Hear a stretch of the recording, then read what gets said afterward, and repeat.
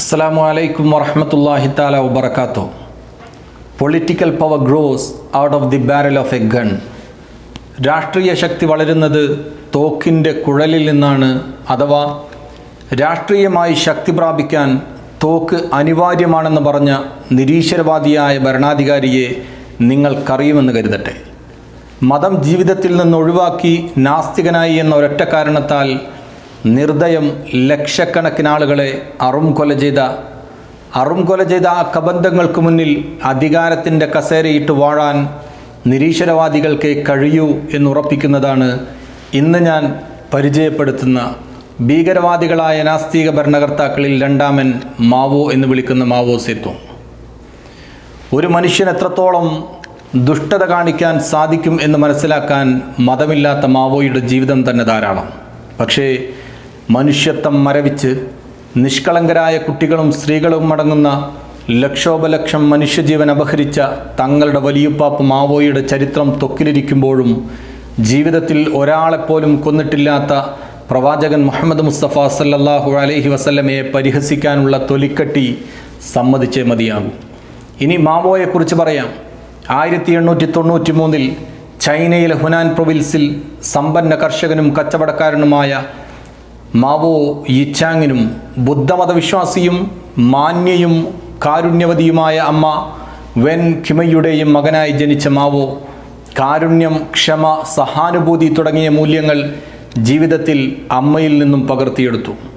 ബുദ്ധൻ്റെ ജീവിതവും അശോകൻ്റെ സന്ദേശവും ഉൾക്കൊണ്ട് ജീവിച്ച മാവോ സേതൂങ്ങിൻ്റെ കരങ്ങളിൽ രക്തക്കറ പുരളാൻ തുടങ്ങിയത് 1920 കാലഘട്ടങ്ങളിൽ മതവിശ്വാസം ഉപേക്ഷിച്ചുകൊണ്ട് മാർക്സിൻ്റെയും എംഗൽസിൻ്റെയും വാക്കുകൾ കേട്ട് നാസ്തികനായി മാറുന്നതിലൂടെയാണ്. ബുദ്ധമതവിശ്വാസിയായി ജീവിച്ച മാവോ മരിക്കുന്നതിനു മുമ്പ് കൊന്നുതീർക്കാൻ പോകുന്നത് ലക്ഷോപലക്ഷം നിരപരാധികളെയാണെന്ന് ആ അമ്മ തൻ്റെ സ്വപ്നത്തിൽ പോലും നനച്ചിട്ടുണ്ടാവില്ല. അതാണ് നിരീശ്വരവാദം. ഒന്നാന്തരം മനുഷ്യനെ ഒന്നാന്തരം കാട്ടാളനാക്കി മാറ്റുന്ന ക്രിമിനൽ ജീവിതശൈലി. തൻ്റെ ഭരണത്തിൽ മതകീയ ചിഹ്നങ്ങളെയും മതനേതാക്കന്മാരെയും തിരഞ്ഞു പിടിച്ചു കൊല്ലുന്ന നയങ്ങൾ രൂപീകരിച്ച മാവോയുടെ അക്രമജീവിതം നിരീശ്വരവാദത്തിൻ്റെ മൈക്രോസ്കോപ്പിലൂടെ കാലക്രമത്തിൽ തന്നെ ഓരോ വംശഹത്യയും നാം വായിച്ചെടുക്കണം. നിങ്ങൾ കേട്ടാൽ മാത്രം പോരാ, നിരീശ്വരവാദം എത്രമേൽ അപകടവും അക്രമാസക്തവുമാണെന്ന് മറ്റുള്ളവരും അറിയണം. അതുകൊണ്ട് ഇതൊന്ന് പങ്കുവെക്കാൻ നിങ്ങളുടെ കൈകൾക്ക് ശക്തിയുണ്ടാവട്ടെ എന്ന് ഞാൻ പ്രാർത്ഥിക്കുകയാണ്. കൂടെ കട്ടക്ക് നിൽക്കണമെന്ന ഒരഭ്യർത്ഥനയും. 1947 ഭൂപരിഷ്കരണ ക്യാമ്പയിനിലാണ് മാവോയുടെ കൊന്നുതള്ളൽ അരങ്ങേറ്റം കുറിക്കുന്നത്.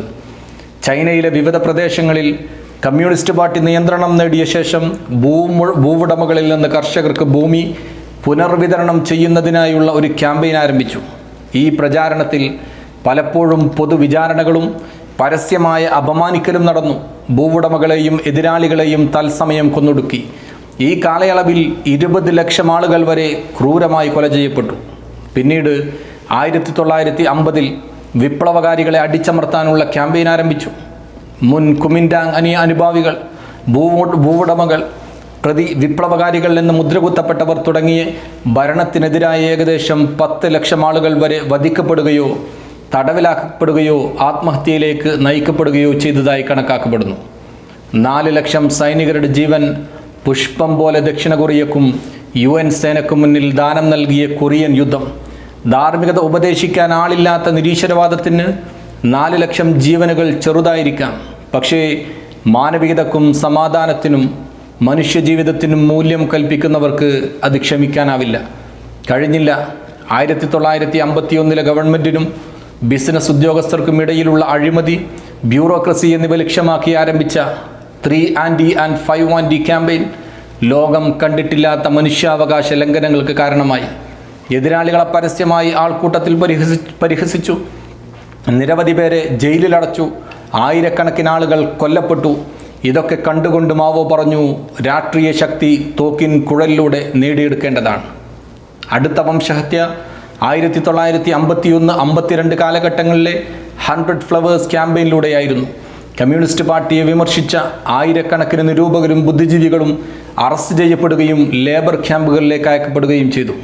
1958 ഗ്രേറ്റ് ലീപ്പ് ഫോർവേഡ് വ്യവസായവൽക്കരണത്തിലൂടെ ചൈനയെ ഒരു സോഷ്യലിസ്റ്റ് സമ്പദ് വ്യവസ്ഥയായി അതിവേഗം പരിവർത്തനം ചെയ്യാൻ ലക്ഷ്യമിട്ടുള്ള ക്യാമ്പയിൻ വൻ പരാജയം ഏറ്റുവാങ്ങുകയും രാജ്യവ്യാപകമായ പട്ടിണിയിലേക്ക് ജനങ്ങൾ കൂപ്പുകുത്തുകയും ചെയ്തു. 45 ദശലക്ഷം ആളുകൾ പട്ടിണിയും നിർബന്ധിത ജോലിയും പ്രാദേശിക ഉദ്യോഗസ്ഥന്മാരുടെ ആക്രമണവും മൂലം മരണമടഞ്ഞു. ഇതൊക്കെ കാണുമ്പോൾ മനുഷ്യജീവനെ നാസ്തികർ വിലകൽപ്പിക്കാത്തതുള്ളൂ എന്ന് തെറ്റിദ്ധരിക്കരുത്. മനുഷ്യജീവിതത്തിന് മാത്രമല്ല മാവോയിലെ നിരീശ്വരവാദി കൊന്നൊടുക്കിയത്.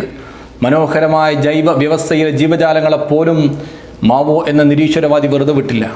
1958 ഫോർപെസ്റ്റ് ക്യാമ്പയിൻ 4 കീടങ്ങളുടെ പ്രചരണം, എലികൾ, ഈച്ചകൾ, കൊതുകുകൾ, കുരുവികൾ എന്നിവയെ ഉന്മൂലനം ചെയ്യുക എന്നതായിരുന്നു ഈ ക്യാമ്പയിനിൻ്റെ ലക്ഷ്യം.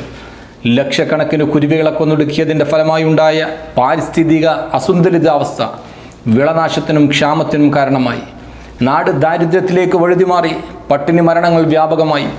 96-ലെ 30 ലക്ഷത്തോളം ആളുകൾ കൊല്ലപ്പെട്ട സാംസ്കാരിക വിപ്ലവത്തിൻ്റെ കാലത്ത് ചരിത്രപരമായ സ്ഥലങ്ങളും സാംസ്കാരിക പുരാവസ്തുക്കളും മതസ്ഥാപനങ്ങളും വ്യാപകമായി നശിപ്പിക്കപ്പെട്ടു.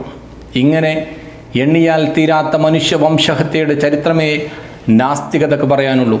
അവർ എത്ര മായ്ക്കാൻ ശ്രമിച്ചാലും ലോകമനസാക്ഷിയുടെ കണക്ക് പുസ്തകത്തിൽ ഈ 50 മില്യൺ ജനങ്ങളെ അതിഭീകരമായി കൊന്നൊടുക്കിയ ചോരക്കഥ നാസ്തികതയുടെ ചരിത്രത്തിലെ കറുത്തപാടായി അവശേഷിക്കും. നിരീശ്വരവാദം വെറും ദൈവമില്ലെന്ന വാദമല്ല, മറിച്ച് അധികാരത്തിനു വേണ്ടി വംശഹത്യകൾ അനുവദനീയമാണെന്ന വിശ്വാസം കൂടിയാണ്. നാസ്തികരോളം പോന്ന ഒരക്രമിക്കും ചരിത്രം ജന്മം നൽകിയിട്ടില്ല, ഇനി നൽകുമെന്ന് തോന്നുന്നുമില്ല. ഈ പറഞ്ഞതെല്ലാം ആർക്കും അന്വേഷിക്കാവുന്ന ചരിത്രരേഖകളാണ്. നമ്മുടെ കുടുംബത്തിലോ സമൂഹത്തിലോ ഒരാൾ നിരീശ്വരവാദിയാകുമ്പോൾ യഥാർത്ഥത്തിൽ സ്വഭാവ വൈകൃതമുള്ള ഒരാൾ രൂപപ്പെടുകയാണ് ചെയ്യുന്നത്. If there is no god everything is permitted.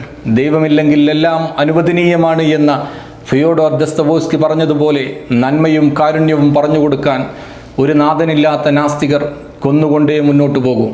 എങ്ങനെ വേണമെങ്കിലും നിങ്ങൾക്ക് പോകാം, പക്ഷേ 1 വീതം 3 നേരം എന്ന തോതിൽ ഇസ്ലാമിൻ്റെ മേൽ കുതിര കയറുന്നത് നിങ്ങളുടെ പൂർവികന്മാർ കൊന്നു തിന്ന ലക്ഷക്കണക്കിന് ആളുകളുടെ വേദനയുടെ ചരിത്രം ഒരാവർത്തി വായിച്ചിട്ടാവണം എന്ന് മാത്രം. നിങ്ങൾക്ക് സത്യമറിയാൻ താല്പര്യമുണ്ടെങ്കിൽ ഇസ്ലാമിനെ വായിക്കാൻ തയ്യാറാവണം എന്ന് വിനീതമായി ആവശ്യപ്പെട്ടുകൊണ്ട് അസ്സലാമു അലൈക്കും വറഹ്മത്തുള്ളാഹി തആല വബറകാതുഹു.